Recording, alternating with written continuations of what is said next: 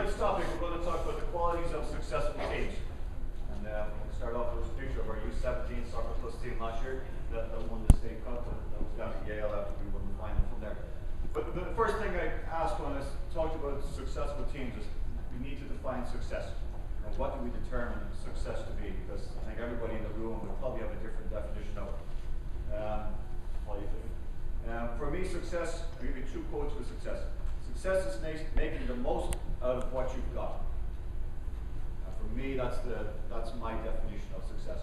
Really, that's what I think that's about. Another one, winning is more than the score of the game or the level of performance. Winning is the pursuit of excellence in everything that we do. And I think if you look at both of them, you kind of get the idea that it's not all about who's got most goals at the end of the game. Yes, we often talk about successful teams, the teams that win championships, but there's a whole lot more to it than that. That's the next ones that maybe we put on the bench, but this is my starting 11. We've got talent, we've got confidence, respect, leadership, ownership, being flexible, making sacrifices, trusting, agreeing to disagree, shared vision, and honesty. I'm a big believer in this. This is goal setting. This is getting everybody on the team on the same page. If you all know where you're going, you've got a decent chance of getting there. If you don't know where you're going, you've got no chance of getting there. Do you all want the same things? Does everyone on the team agree on the goals that we set? And the goal may be that, you know what, we're going to be the fittest team in the league this year. The goal is to be the fittest team in the year. It's no use saying, well, you 7, 8 go ahead and you're really fit anyway, so the average will work out that you guys will make us the fittest team. Or does everyone on the team try and get to a personal best as far as their fitness levels are concerned? Does everybody want the same things? Share your goals. I really believe that you should write down your goals.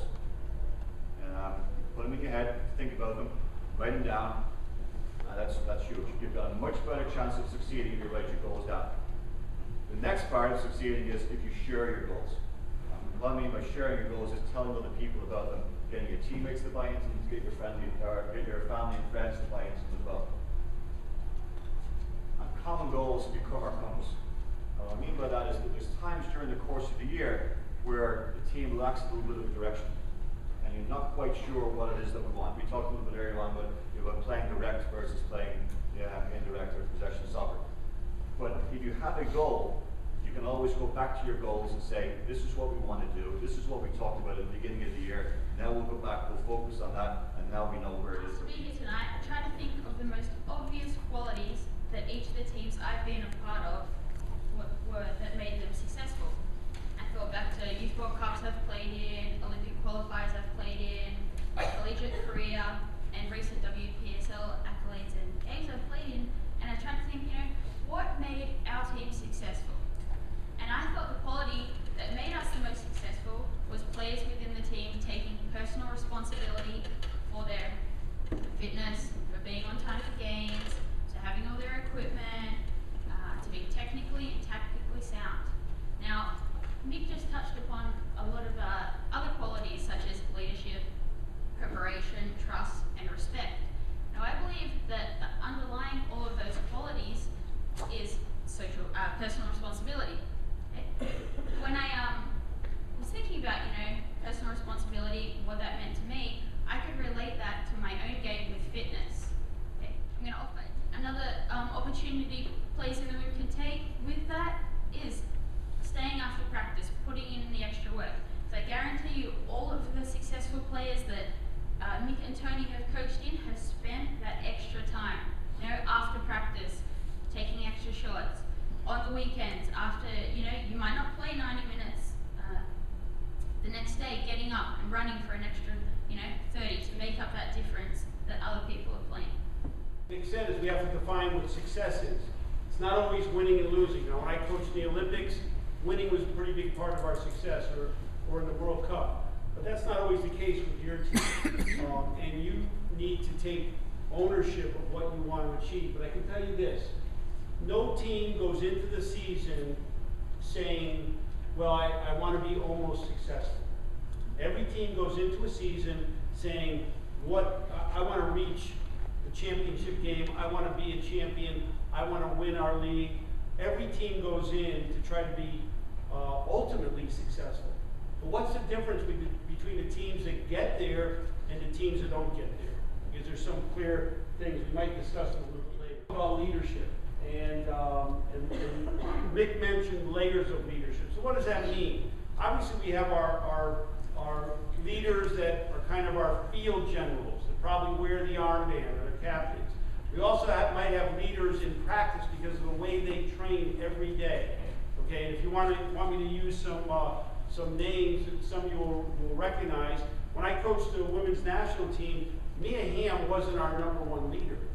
You know, a player you probably never heard of, Carla Overbeck, was our #1 leader. Michelle Akers wasn't our #1 leader. Christine Lilly wasn't our #1 leader. But they all had roles in leadership. Carla Overbeck was our leader. She was a tremendous leader of women.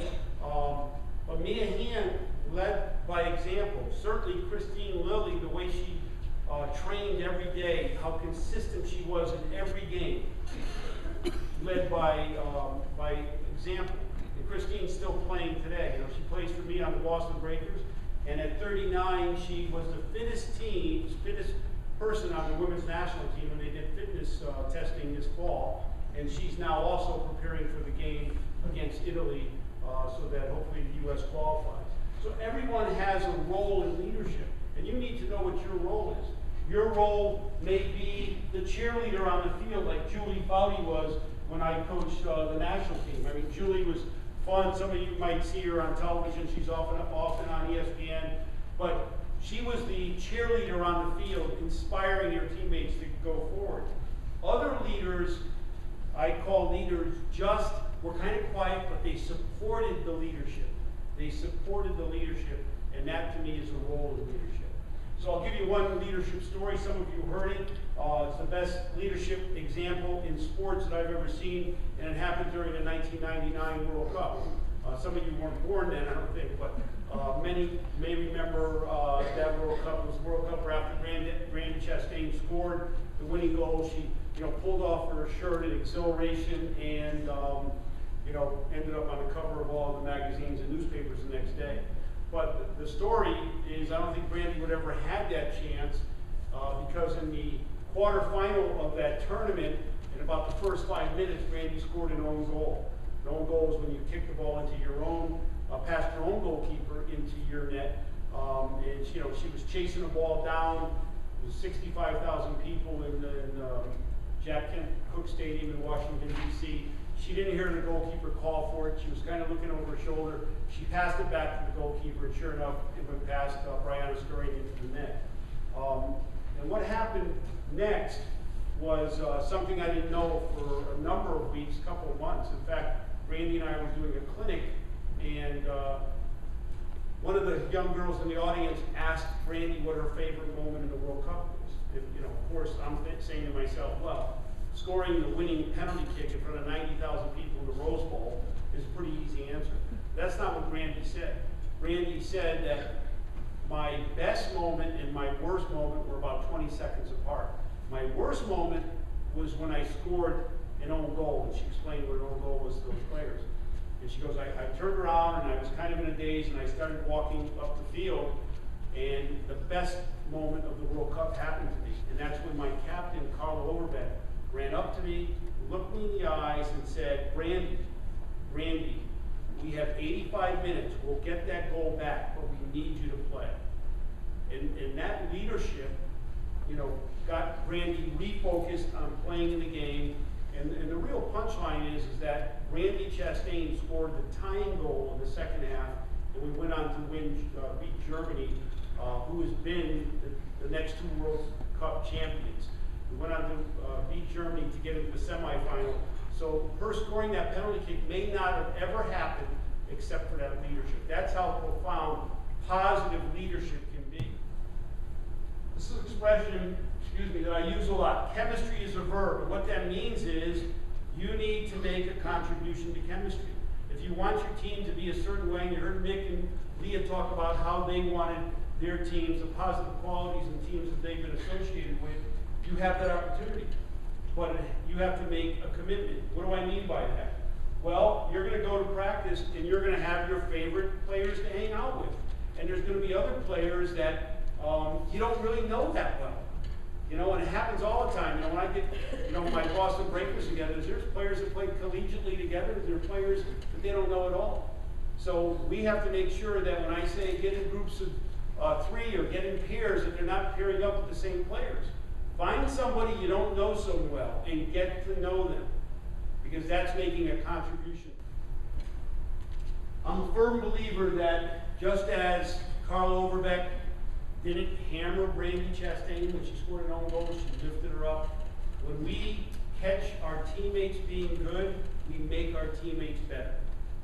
I can say to a player on my team, great job, great tackle, way to track back. But when her teammate says that to her, or his teammate says that to him, it's more powerful.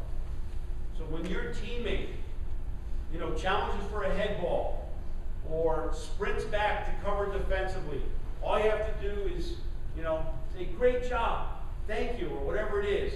And you catch your teammates being good, you make your team better. And then we talk about self-confidence. You got to catch yourself being good too. You know, this is the title of a book I wrote. And when I wrote that book, I had to make a lot of mistakes over a number of years before I was qualified to write that book. But you've got to catch them being good. Before I turn it over to the audience for some questions, I just have one question. Firstly for Tony and for Mick, and then to you, Leah. I'm sure every team, every coach, and every player has their own definition of success. So how would you two, Tony and Mick, how would you define success?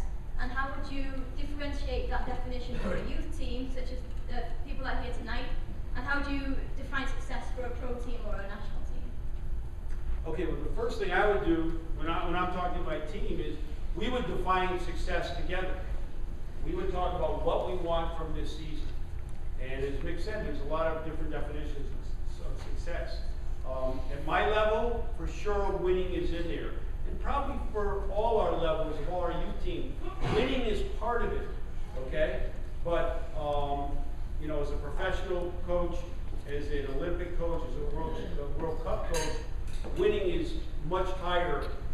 It's probably maybe even at the top of the list. As a youth coach, and I coach, how old are you guys? Like U10s?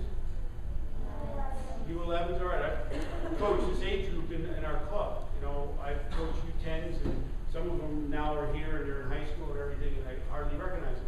But I've coached that young age group. So for us, success wasn't necessarily winning. Success was inspiring them to take ownership in their games. And when they left training on Tuesday, they were out in their own backyard on Wednesday working with the ball. Because that's what the great players do, you know. They master the ball. And it's not done just at team training. You know, me and him, it was very common when we were in residency. You know, we would train in the morning, and then in the afternoon I'd look out on the field, and Mia would be out there with 1 or 2 other players, and they'd just be doing stuff on their own. Not hard, not for long, but you know, that's what they do. So for youth, we want to inspire you to take the challenge of getting better with the ball. We also want it to be fun, because if it's fun, you're going to play this game, hopefully when you're my age. I'm still playing, by the way. You know, not well, not very good, but I'm still playing. And I want all our players to be playing the game. It's a life game, okay? So there's different definitions of success. Every coach needs to kind of determine, along with their team, exactly what their team's definition is.